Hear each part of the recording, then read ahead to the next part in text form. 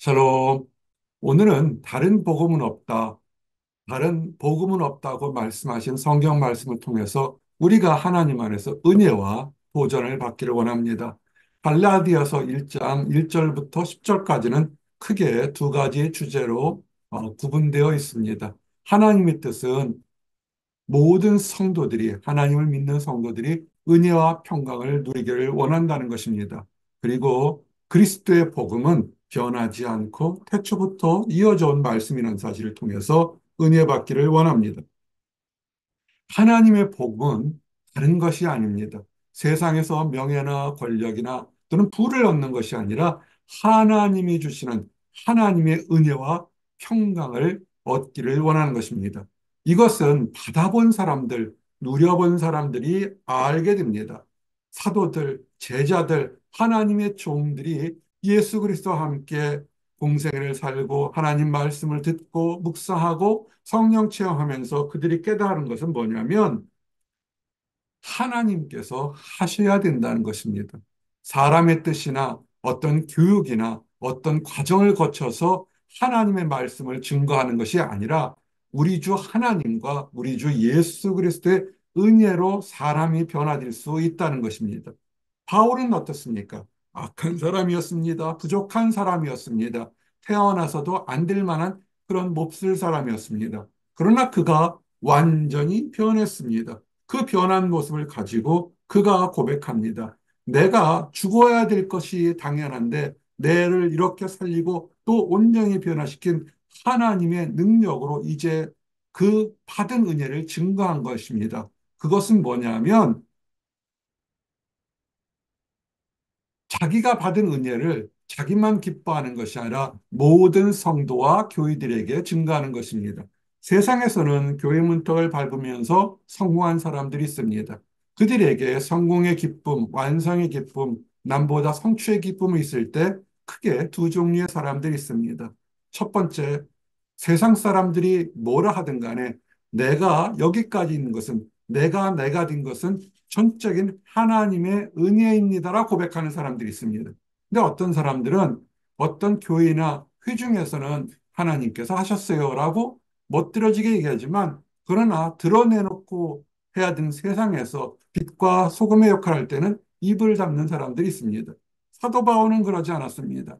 자기가 변화된 것을 무엇을 하냐면 모든 형제와 더불어 갈라디아에 있는 교회, 그 당시 교회의 형태를 가진 그런 기관이 있었을 거고 아니면 아직도 작은 성도들이 있지만 하나님의 뜻을 바라보고 하나님의 은혜를 바라는 모든 사람들에게 지금 간구하는 것이 뭐냐면 내가 변한 것은 전적으로 하나님이라는 것입니다. 우리의 간증, 우리의 능력을 증거하는 것은 내 이룬 업적을 증거하는 것이 아닙니다. 연구 업적을 발표하거나 학술 발표하는 것이 우리의 신앙이 아니라 나의 삶이 죄인에서 의롭게 변하고 소망이 없는 삶에서 천국에 대한 소망을 가졌다는 그것을 그대로 더하지도 말고 빼지도 말고 오직 하나님의 은혜라고 고백하는 것입니다. 사도 바울이 지금 그 얘기를 하고 있는 것입니다. 그러면서 성도들에게 할 수 있는 가장 큰 기쁨을 문안 인사를 합니다. 예수 그리스도로부터 오는 은혜와 평강이 내가 예수 그리스도 받았던 은혜와 평강이 너에게 있기를 원하노라. 작은 목자 늘 샬롬하고 얘기합니다. 어떤 사람은 샬롬하고 같이 화답하기를 싫어하는 사람이 있습니다. 샬롬의 뜻을 몰라서 그럴 수 있고 샬롬을 누려보지 못하기 때문에 그럴 수 있습니다. 사랑을 받아본 사람이 사랑을 베풉니다. 은혜를 받은 사람이 은혜를 나눠주게 됩니다. 거저받은 사랑이기 때문에 감격해서 내 것이라 주장하지 않고 베풀게 되는 것입니다. 이 사도 바울의 이 한마디에서 사도 바울이 얼마나 하나님으로부터 은혜를 받았고 그 은혜가 두려운 은혜가 아니고 심판의 은혜가 아니고 모든 죄를 용서하고 허물을 덮어주는 평강의 피스풀한 은혜를 받은 것을 알기에 교회를 통해서 많은 사람들에게 평강 주시기를 원하노라 지금 선포하고 있는 것입니다. 근데 사도 바울은 이 말을 통해서 자기도 모르게 제사장의 역할을 하고 있다는 것입니다.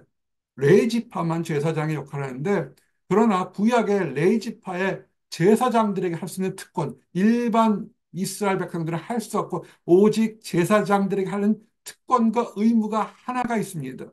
그들이 대접을 받는 것이 아니라 그들은 백성들에게 하나님의 약속을 대대로 증거하는 것입니다. 무엇을 증거할까요? 하나님은 그의 의로운 얼굴을 돌려서 백성들을 통해서 너희에게 평강 주시기를 원하는 것이 하나님의 뜻인 것을 잊지 말라는 것입니다. 하나님의 뜻은 나와 여러분에게 평강 주시기 원하는 것을 얘기하는 것입니다. 샬롬을 외쳐야 되는 것입니다. 사도 바울이 이 복음을 듣고 이 변하지 않게 지금 샬롬을 외치고 있는 것입니다. 근데 이 샬롬은 그냥 어떤 습관적인 얘기가 아니라 부활하신 예수님께서 첫 음성입니다. 사람이 이 땅에서 큰 일을 하지만 죽음에서 죽기 전에 유언도 사람들은 참 많은 생각하면서 중요시하게 여깁니다. 그러면 죽음에서 부활했던 분의 첫 음성은 얼마나 중요할까요? 예수님께서 부활해서 첫 번째 이 세상에 선포한 말씀은 딱 한마디입니다. 샬롬, peace be with you. 너희에게 평강이 있을지어다. 죄 속에서 두려움 속에서 믿음이 불확실해서 떨고 있는 많은 사람들에게 예수 그리스도가 내가 평강이요 평안이요 피스라는 것을 증거했지만 잊어먹었을 때 다시 부활해서 너희에게 내가 주는 평강이 있을지어다 하면서 숨을 내쉬죠. 이것은 창세 때 사람을 흙에서 만들어서 흙이었던 것에다가 하고 성령을 불면서 흙이 생명이 되었습니다. 살아있는 하나님의 창조물이 되었던, 피조물이 되었던 것입니다. 지금 이 작업을 다시 하고 있는 것입니다. 지금 이 하나님의 평강을 받았고 누린 사람들은 그 사람들은 하나님 안에서 거듭난 사람들인 것입니다. 그래서 이것은 중요한 것입니다. 이것을 깨닫는 사람, 하나님께서 평강을 주시기 원하노라. 제사장부터 축해서 제사장의 중에 대제사장이신 예수 그리스도께서 마지막에 선포하는 이 저희에게 평강이 있을지어다. 이것은 뭡니까? 우리들이 가지고 있는 모든 죄를 대속하시기 위해서 자기 몸을 주셨다. 십자가에 달려 죽으셨다는 것을 믿고 깨닫게 하기 위한 것입니다. 이것이 복음입니다. 우리의 죄를 위해서, 우리의 허물을 위해서, 우리의 연약함을 위해서 죄가 없던 제사장 중에 대제사장이요 하나님의 아들이요 하나님의 본체이신 예수 그리스도가 십자가를 지고 죽으셨다가 사망의 권세를 깨뜨리고 부활하셨던 것은 우리의 죄를 대속하기 위해서 이 땅에 오셨다. 이것이 복음인 것입니다. 이것을 믿는 것입니다. 이것을 믿는 자에게는 축복이 있고 하나님의 영생을 얻게 됩니다. 그러나 세상에서 아무리 선을 행한다 할지라도 하나님께서 예수님을 보내셔서 이 땅에 하신 것을 부정하는 사람은 이것은 하나님의 말씀을 부정하는 것과 똑같아서 그들에겐 영생이 없습니다. 그들에겐 저주의 영생, 심판의 진노만밖에 없습니다. 우리가 다시 한번 새로운 삶을 살아야 될 것은 뭐냐면 우리가 교회를 생활하든 사회생활하든 가정생활하든 성공하기를 원합니다. 그러나 그 모든 것이 하나님께서 만들어주시고 인도하셨다는 하나님의 능력, 하나님께서 우리를 위해서 십자가에 예수 그리스도를 못 박히시고 부활하겠다는 그것을 인정하지 않는 삶은 그것은 헛된 삶이라는 것입니다. 그래서 그것을 깨닫는 사람은 우리 입술이 어떤 것일까요? 내가 한 것이 아니고 내 것이 아니기 때문에 나의 모든 삶을 하나님께 영광을 돌릴 수밖에 없습니다. 하나님께서 십자가에 달려 죽지 않으시면, 우리 주님이 달려 죽지 않으시면 우리는 죽을 수밖에 없기 때문에 죽을 수밖에 없는 게 한두 가지 더 화려한 일이 있다도 아무 의미가 없습니다. 여전히 사망의 굴러기를 맺고서 사망 속으로 들어갈 수밖에 없습니다. 그러나 부족하다 할지라도 십자가의 보혈로 우리가 거듭나서 영생을 가졌다면 우리는 모든 입을 들어 하나님의 은혜를 찬양하는 영광을 돌릴 수밖에 없게 된 것입니다. 이것이 소망이고 이것이 우리에게 좋은 날에 찬양하고 힘든 날에 기도할 수 있는 힘이 되는 것입니다. 이제 그리스도의 복음이 무엇인지 다시 한번 증거하면서 이 복음을 지금 증거했는데 참으로 놀랍게도 처음에는 이 말씀을 기쁨으로 받았는데 금방 넘어가게 됩니다. 너무 쉽게 생각하게 됩니다.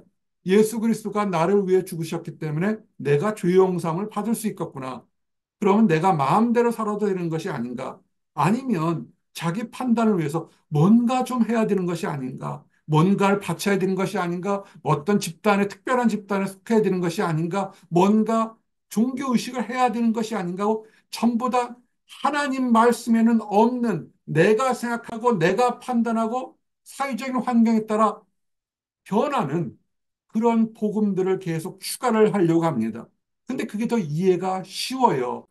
왜냐하면 하나님의 능력을 체험하지 못하고 하나님의 신비를 알지 못하니까 머리로 이해할 수 있는 그걸만 팝니다. 사람의 머리에 지적인 능력에 한계가 있는데 내가 이해할 수 있기 때문에 하나님을 믿는다 그러면 그것처럼 얼마나 어리석은 것이 없습니까? 그런 머리가 좋은 사람은 영생을 두 번씩 받나요? 머리가 아들한 사람은 영생을 받지 못하는 것입니까? 그건 아닙니다. 이렇게 자기가 만든 복음, 수많은 이단들이 출현한 것이 자기들이 만든 복음에 내가 필요한 복음을 넣다 보니까 그렇게 되죠. 그래서 현대 교회가 타락하고 어려운 것은 하나님은 분명히 이렇게 하는 것이 선한 것이고 이런 것은 나쁜 것이다 얘기했는데 여러 가지 핑계와 여러 가지 사례를 들어서 이럴 수도 있지 저럴 수도 있지 만듭니다. 그것들은 하나님의 복음에서 멀어지는 것입니다. 성경은 얘기합니다. 인간이 하나님의 복음을 얘기할 때 이해되지 못하거나 따르지 못하려고 하는 유혹들이 있습니다. 그러나 성경은 다른 복음은 없습니다.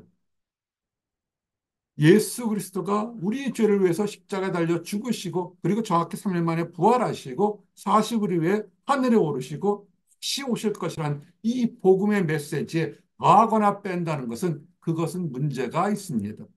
사단 마귀는 여기에 얼마든지 복음을 변질하기로 합니다. 그렇게 되면 그것을 전하는 사람이 자기 이득을 취할 수 있기 때문에 그런 것입니다. 수많은 이단들이 사이비들이 그렇게 나오지 않습니까? 자칭 재림 예수라 아니면 우리만이 선택을 받는다고 하면서 많은 물질도 시간도 생명도 바치도록 하게 됩니다. 이런 헛된 말로 속지 마십시오. 정말로 많은 사람들이 여기 속습니다. 속은 사람들의 특징이 뭔지 아십니까? 평강이 없습니다. 평안이 없습니다. 미수가 없습니다. 감사가 없습니다. 종교 행위를 하다 보니까 두려움이 있고 다른 사람을 정죄하게 됩니다. 자유함이 없습니다. 기쁨이 없습니다. 싸움이 있고 이기심과 질투와 시기를 하는 것들, 거기는 거듭나지 못해서 그렇습니다. 뭐 그럴 수도 있지요라고 하지만 그러나 그 다음 말은 우리가 감당하기 어려운 것이 뭐냐면 이런 사람들에게는 하나님의 진노가 불순종의 아들이기 때문에 하나님의 진노가 예비되어 있다는 것입니다. 우리가 구원받는 것이 천지창조하는 큰 기적 같은 일인데 불순종한 사람들에겐 우리가 감당할 수 있는 엄청난 하나님의 진노가 예비되어 있다는 사실을 왜 깨닫지 못합니까? 인정하기 싫으니까 내가 그럴 수도 있지, 이럴 수도 있지, 뭐 그쯤이 하고서 서로 타협하고 죄와 타협하고 유혹에 타협하는 그런 복음들을 만든 것이 그것이 현대 사입이라는 것입니다. 속지 마시기 바랍니다. 성경은 그런 사이비들이 무수히 나올 것을 알기 때문에 하나님이 전한 이 복음 위에 더하거나 빼게 되면 설사 그 사람이 천사의 모습으로 천사가 능력이 있어서 사람들이 할 수 없는 능력을 막 행한다 할지라도 천사라 할지라도 그 또한 엄청난 큰 하나님의 저주를 받아 멸망할 수밖에 없다는 것입니다. 복음은 더하거나 빼는 것이 아닙니다. 복음은 하나님이 주신 거기 때문에 기쁨으로 순종해야 되는 것입니다. 최근에 말세가 되어서 그런지 많은 이단들이 복음을 변경했습니다.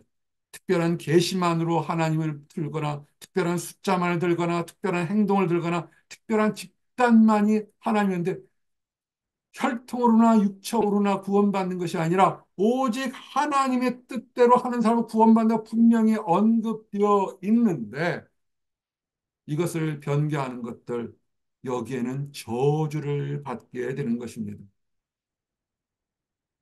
마디 오늘 갈라디아서 1장에 첫 마디가 없습니까? 너희에게 평강이 있을지어다. 하나님의 말씀을 받은 사람은 세상 속에서도 힘들고 어렵던 어떤 환경 속에도 우리 안에 평강이 있을 수밖에 없습니다. 하나님이 주시는 은혜이기 때문에요. 우리가 누리고 있는 지금 어려움이 우리를 죄에서 구원하는 것보다 더 크다고 보십니까? 아니죠. 우리는 죽을 수밖에 없었던 그런 상황에 있어서 하나님의 은혜로 거듭날 수 있는 영생의 은혜를 받았는데 그것을 깨닫지 못하기 때문에 내가 가지고 있는 작은 것이 더 커 보이는 것입니다. 그래서 복음을 변경하려고 합니다. 성경은 많은 것에서 용서하거나 70번씩 7번이라도 회개하고 용서하면 회개하면 용서받을 것이라고 얘기합니다.